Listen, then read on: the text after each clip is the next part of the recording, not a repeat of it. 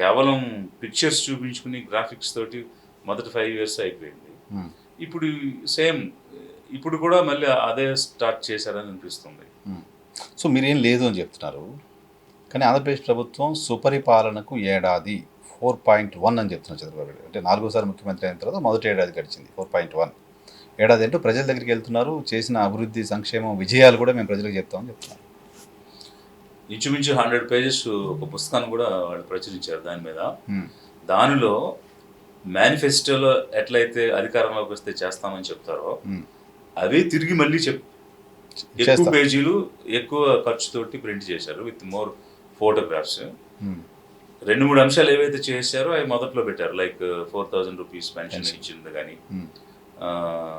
ఒక సిలిండర్ ఇచ్చింది కానీ, అలాగే ఇప్పుడు తల్లికి వందనంలో మొదలు పెట్టినవి కానీ, అవి ఒక 3-4 ప్రోగ్రామ్స్ ఇనీషియల్ పేజెస్లో పెట్టున్నారు.